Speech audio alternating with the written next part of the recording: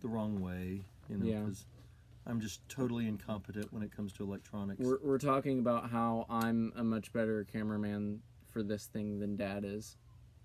Yeah. Hey, look, we're both wearing green today. We are. It's terrible. And y'all can't see it, but the dresser behind the camera is green also. Magic. So we match the dresser. Okay. Actually, is that a dresser or a chest of drawers? You're a dresser. We have 22 verses this time. Yeah, we're not going to read all of those verses. We're reading all of them. Are you ready? Let's go. Oh, who lives in a pineapple under the sea? Oh, please, no. This guy was worse than him, though, in so many ways. Oh. Who was king of Israel before David, you see? I was going to do something with, like, Judea. Judea. Yeah, like. Who was the only king who was not from Judea? There you go. Works perfectly. All right. Who was that only king that wasn't from Judah? Of course, the northern tribes had all their kings. Yeah. But nobody counts them because, they were, bad. They were the north, and everybody knows the south is better. That's why. Since the beginning of time. Yeah. Israelis proved it. South's better. Yeah. So we're looking at 1 Samuel 14 today, and there are actually two prayers by the same guy in this section. We're really looking verses 24 through 46, and good job.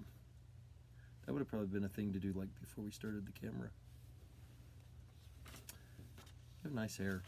I do. It's really obvious when you lean right into the camera so closely. It's just like, hey, Yeah. look at my lovely locks. That's like, see, mine's like thin, and I'm old, and you have hair that everyone is jealous of. Yeah. And lips that all the girls are jealous of. So, Not showing them for the rest of the video. That's why I'm wearing this bandana, actually. Right. Haha. Well, what Saul had that everybody was jealous of was height. Yes. Dude was 7'12". And well, we don't actually know how tall he was, but probably not 7'12". No. But he was taller, a head and shoulders taller than all the other guys around in Israel. He was It's not big. saying too much. Yeah, a lot of, just because a lot of the average height, what was it? Just Eastern people in general. Middle Eastern. Middle Eastern, and even a lot of the Chinese people and stuff that I've seen, they're not real tall. Really tall. Well, really tall people are rather rare, really. Yeah, that's fair. And they're becoming more rare because they're more likely to die of COVID-19. So, there's that. But because it's a heightist virus. Yes. Anyway, Saul was head and shoulders above the others. I think it was. Your mother's history. Shoulders, fleecy nose. Fleecy nose? Yeah, because they were shepherds, so their sheep would have had fleecy noses. Oh, fleecy. I thought you said fleazy, which I don't know what that even means. Don't think so. Okay, so... Sorry for my mouth not working. A lot of... I've heard a lot of things about the average height of a Jewish person during that time. And it was, like they were like 5'2", 5'3", was like the average height for a man. So Saul might have been like 6 foot, maybe even like 5'10", but he would have been like huge compared to them. Mm-hmm. But Goliath was, even a bigger dude. But why are you're like... Well, because I was going to say something about height and tall people and short people and whatnot. And averages, and then I remembered that it's something that said person may not want me to share onto all of YouTube. It is really cool, though. I'll have to tell you after it's over. I think I might have told you before. You probably have, but I'm sure I forgot it. Yeah, it happens. What was your name again? I don't know. Oh, me neither. Hey, we're even. Oh, somebody the other day was trying to get me to tell them how old I was. And they said, so when somebody asks you how old you are, what do you do? And I said, Mom. How old? When was my birthday? I don't remember it. It's not important. Nobody to me. does. Nobody No. remembers their birthday. No. Well, except your Grammy. Grammy remembers her birthday? Yeah. I'm sorry. Yeah. I think there was somebody, was it Harry Kim. Harry Kim? Yep. Yeah, on Voyager. He Not remembers just his birthday, but he remembers being in his mother in womb. the womb. Yeah. Yeah. Mhm. That's Uh, that's not a good thing. That's, Adrian Monk. Yeah. Well, yeah, he remembered his Mhm. birth. It was scary. He was naked. A man slapped him. Everybody was laughing. There were balloons. There were balloons, and it was a very traumatic experience. Didn't he say something about blood? Yeah, he may have said something. Yeah, yeah. It's so funny because and then he the doesn't. psychiatrist finally goes, "You're remembering your own birth." Yeah, because if you haven't seen it, he doesn't know what he's talking about. He's just remembering the last traumatic experience he had. like the first traumatic experience. He's like, it was the first traumatic experience I had, and it was terrible, and I was naked, and everybody, my parents were sitting there laughing, and there's this person with a mask on, and they slapped my behind, and it was just horrible. And the guy's just like, you're remembering your birth. Monk has some classic comedy. He does. There's some classic comedy. Great. Has nothing to do with Saul. No. I doubt Saul remembered his birth. 6.5 He minutes, did remember, and we haven't done anything. He did remember his son Jonathan's birth, probably, or at least kind of vaguely when it some happened. of the aspects concerning it. Yeah. Yeah. Well, I mean, considering some of the names he called his son, I'm sure he at least remembered Jonathan's mother. Not favorably, mind you.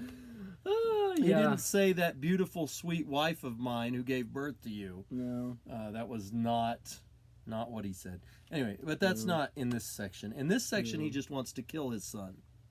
Again. Wants is a strong word. Okay, well, he's just going to. I don't know.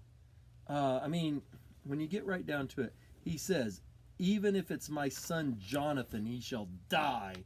And then later when he finds out it actually was his son Jonathan, and Saul says, God do so to me and more also, you shall surely die, Jonathan. It's almost like he wants to. I mean, he is dead set to well, I mean, maybe a little pun. He made a promisey thing there. But anyway, we're getting a bit ahead of ourselves. Stupid promises. 1 Samuel, Promises. chapter 14, verses 24 through 46. You know what we should have done? We should have highlighted the section that's actually prayer, so that we it's could in have. verse 37. I thought you said there were two. Well, yeah, there's another one later in verse number 41. Okay, in that case, I'll just summarize the beginning section here. Yeah, they're fighting battles. They're That's what fighting they battles, and Saul's like, you know what? We have to win this, so nobody can eat. Nobody's allowed to eat. We're going to fast before God Until we fighting, win the battle. Yeah. Which seems like an incredibly bad idea. Yeah. Because if you've ever gone without Saul food... was not the greatest strategic mind. No. If you have ever gone without food, fasted done, for a certain amount of time, and then done like a workout or fought fighting a war with swords and armor against other people, good way to get yourself killed. Let's just say fighting itself takes a lot out of you, and not eating for almost any period of time will take a lot out of you. You put those things two together and, well, you'll see how bad it gets here. Yeah. So basically, but Jonathan didn't hear. Jonathan didn't hear what his dad said. So it's kind of not. It's really not hold fair. somebody to but it that didn't in the even promise, know in the oath, the command that Saul makes before God, he says, if anybody does eat, they're gonna be killed. Gonna die. Gonna make sure they die. And ignorance of the oath is no excuse, apparently. Apparently not. In this case. So, his son didn't know about the promise, the command, whatever. And so they're going throughout the day, tracking down the enemy army, doing a little fighting along the way. They walk through a forest where honey is literally dripping from the trees and just running onto the ground. And all the people are scared to touch it. Sounds amazing. Well, yes, because You're couldn't not supposed to eat any. But not Jonathan. Jonathan didn't know It's that. Let me and get he's me like, some of that. "Hey, I'm hungry. and I'm gonna honey. grab some honey and eat it off the tip of my Sweet. staff." So he does that, and it was good, and he had Think about the energy. germs. And Eating honey off the ground with the tip of your staff. Ugh, okay.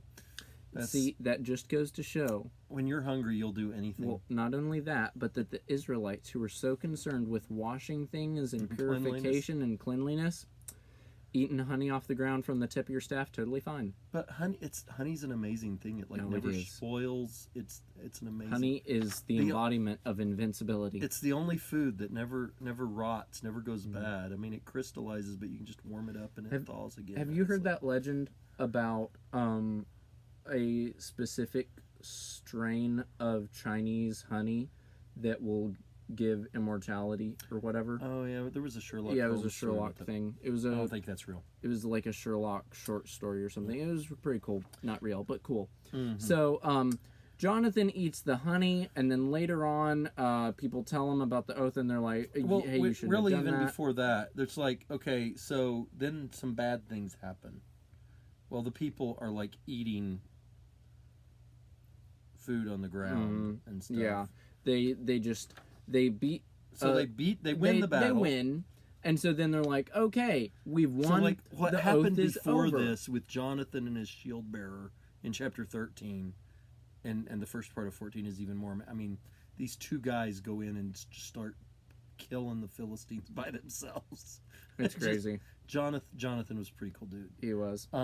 But yeah, so they win and they get to eat, and the people start eating, and but then he's mad at them. They do it the wrong way. So he builds an altar. Yeah, they're like because, eating the blood and everything. They've killed the armies, and a standing army, you're going to have a lot of animals around to feed the troops. And so instead of slaughtering the animals, letting them bleed outright, and then cooking the stuff, they just kill and just eat it raw with the blood still in it and everything. I'm thinking Golem. Golem. With the fish. Fish! That's no. Juices. Yeah, not the way to go. Not at all. But so, yeah, and so Saul builds an altar. He does. It's the first altar he built. It's kind of sad that it's this point in his life and he's never built an altar before. Yeah. Maybe it was like as king or something. Yeah, maybe so. Or maybe, maybe he just always was at his father's house and they had an altar already. I don't know, but he built the altar. Yeah, once they settled down, you don't really think they'd have to build a lot of altars. Yeah, like one. You would think they just one have would some last that a were while. kind of established. Yeah, I mean, they make them out of solid rocks. It's not going to go anywhere. Very true. So anyway, so he's like, let's go down and plunder them, and they said, hey, whatever, sounds good. And so the priest said, hey, let's talk to God about this. Mm-hmm. And so Saul prays to God. Verse 37, shall I go down after the Philistines? Will you give them into the hand of Israel? But he didn't get an answer. And so then he's like, what's up? I'm calling, I'm texting, you're ghosting me. Why are you, why?